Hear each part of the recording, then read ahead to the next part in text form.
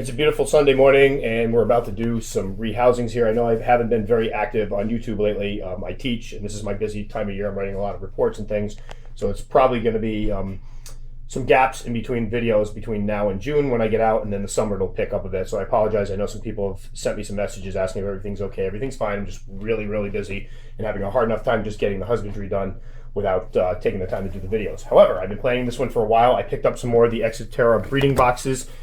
They finally had the larges at Amazon, and the cost right now is right over $20. These things retail from anywhere from $26 to $30. The reason I didn't buy any of these the first time I bought a bunch of the Exo Terras is because they were just way too darn expensive. But at $20, they look really nice, and with just a little bit of alterations. If you see here, I used the black contact paper on the top. Once you get a pattern for this, it's relatively easy and looks great. I mean, as you can see, it kind of blends in very, very nicely. So I'm going to use these for some Brachypelma species, and I have something else I can't remember, Gramostol, I think, because if you see, the ventilation on these is fantastic, but they don't hold in a lot of moisture. So if you're going to put a moisture-dependent species in here, you can't really put a lot of substrate in. This is about 1.5 inches of dirt or so, and for my moisture-dependent species, I like to put a lot more substrate in because it holds the moisture. And then B, the vents let so much out that you'd have to block some of these off to make sure it didn't all evaporate very quickly. But for the species I'm about to put in here, I think they're perfect. So stackable, they look nice, they're clear, they have a little access door on the top, they have a little access door on the side, which I usually don't use because honestly, every time I feed my teas, that's a chance to go and clean the water balls, pull out boluses, and check for any issues. So I normally just pull the whole top off. The only issue I would say is that they are quite shallow. But this thing's about 1.5 inches tall, so there's a little extra height with the dome of it. So we're going to start off with my Brachypelma smithi, I think, who's kind of nuts. This one's going to be getting a name change soon. It's going to go to Brachypelma hamorii, I believe it is. It hasn't happened yet. The individual that's wrote the paper on it, Jorge Mendoza, has been very public that the change is coming, but the paper has not been released yet. So although some people are putting the new name up, and it's probably going to happen, it has not happened yet. It kind of drives me nuts when people leak this stuff because it confuses everybody. I like to wait until it's actually changed, and it hasn't been changed yet. And plus, I just like the name Smithy. So what we're going to do here is I'm going to go ahead and take her old hide out. I'm going to stick that in here, and hopefully this will fit. Oh, this will fit. All right. Head it this way, right? I've now moved her enclosure twice, and I always keep this hide. This is when I bought at Petco and paid way too much for it, but it's kind of hers now, so I don't want to take it out of there. And what we're going to do is the cupper, stick her in here, and be done with it. Hopefully it'll go easy. Yep. She has been very, very good since I've gotten her. When I got her, she was about 3 inches or so. She's probably pushing 4 or so now. Not too much of a hair kicker so far. We'll see how she does here. But still a little bit skittish. This is a species they talk about how handleable they are, and some of them are very, very handleable, but I found that when they're younger, they can be a bit skittish, and she's not to the point, you can see, she's not really anywhere near full grown yet, and still has some of that juvenile skittishness to her. Go ahead and get her in here. There we go. Go ahead.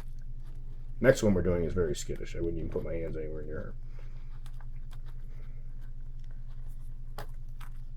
There we go. Actually, she's really behaving herself. She used to bolt all right. Oh, there she goes. A little hair kicking. Up. I hate the bald spots. There she goes. She just molted recently. Looking gorgeous. Go ahead and get the top ready. That's the Brachypelma smithi. Still the Brachypelma smithi for now. You can see, beautiful girl. And I'll put a little husbandry information aside, but very, very simple husbandry. Water dish, hide. Oh man, she's gorgeous. And substrate can be kept dry. I will overflow it every once in a while in the winter when it gets really, really dry in here, but I don't seem to prefer it at all. There she is, round 2. Hopefully I got these labeled right. All right, good. Can't wait to change the label on that one. Change the name. So the next one we're going to do is the boehmei or boehmei. I've seen it pronounced both ways. Hopefully somebody who knows the Greek or Latin will come in and chime in, possibly Joyce. She seems to know what she's talking about with that, so that would be nice to have a final pronunciation on it. This one is a hybrid probably between a boehmei and a Baumgartneri. When I first got her, it was sold as a boehmei. After doing some research, found out that there are hybrids available. And after sending some pictures to somebody who knew more about these than I did and about the hybrids, he confirmed the fact that it did look like a hybrid. So I will not be breeding her because I don't want to pollute the gene pool any more than it already is. I'm going to go ahead and slide this onto you. These covers come off very, very easily. All right, this one's a nut. She's always been very, very skittish. As you can see, she's completely kicked most of the hair off her abdomen. She's unlike some of my other species, she will bolt. Go ahead and grab the cork bark out of here and place it in the new enclosure. Try not to upset her too much. Of course, now she can make me look like an idiot. I did a husbandry video on her a while ago and never posted it. It just occurred to me. And she will use her hide every once in a while. The ones I'm transferring now, I always put hides in, and you'll see the next one I've got, the hide's not appropriate. She's not going to be able to hide underneath it. I might replace it, but she hasn't used the hide since I got her. So I like to put them in there. It's more for the aesthetic appeal of it. I mean, it looks nice to have something in there than just dirt in a water dish. But some of them just won't use the hides. Yeah, she's a fun one. We have the cover of this right here because she will bolt. Now, boehmeis are one that make a lot of beginner lists, and they can be good beginner species, but I found that mine's very, very skittish. And I've talked to others who have very, very they're much more skittish than some of the other brachypelma species. Oh, there we go. So I'm going to go ahead and I'm going to pull this off, get the top ready. There we go. If you want to get just a quick shot of it.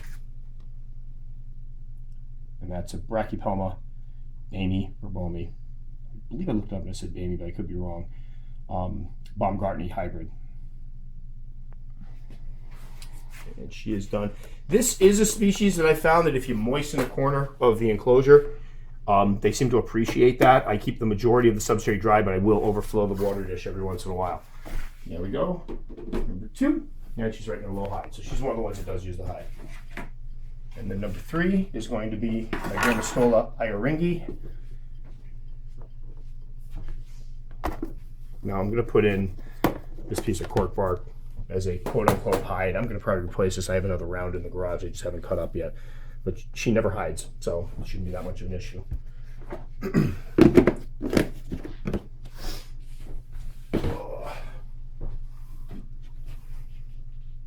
No, already did this one. There we go, over here. This one's also a little more skittish, but the bigger she gets, the calmer she gets.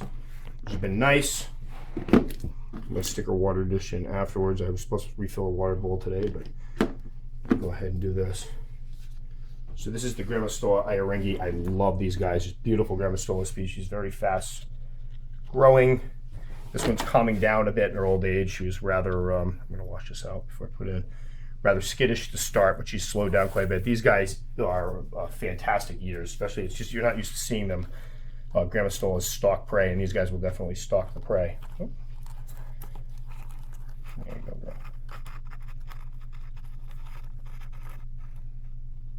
Get your leg in there. Of course, she's going to go straight up. As you can see, she's very, very active. A lot more leggy than most Grammostola species, and these are supposedly one of the largest, if not the largest one, to get to be about 8.5 inches, supposedly. I don't want her to fall here. I'm going to try to courage her out. Come on, get down. Get down.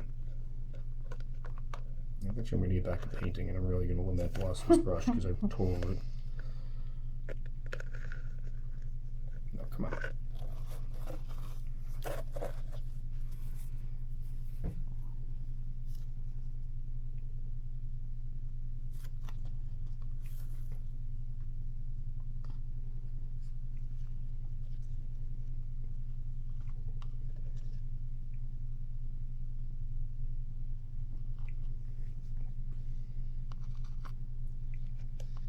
He's really being defiant today. I get a good shot of her, so.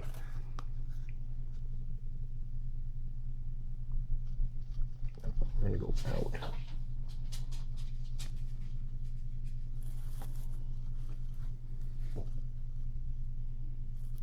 You can't have the brush.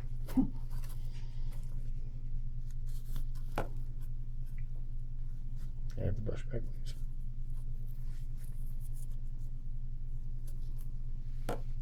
Yeah. It's good. She's actually, I would handle her. Well, I don't do that, but I'm gonna go ahead and get the top on before she ends up out of here. Get a good shot of her. It's a Grandma iheringi. She's very open to like handling. She was just kind of exploring.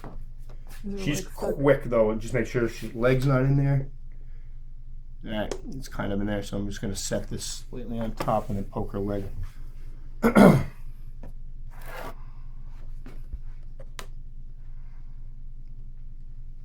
Here's my brush.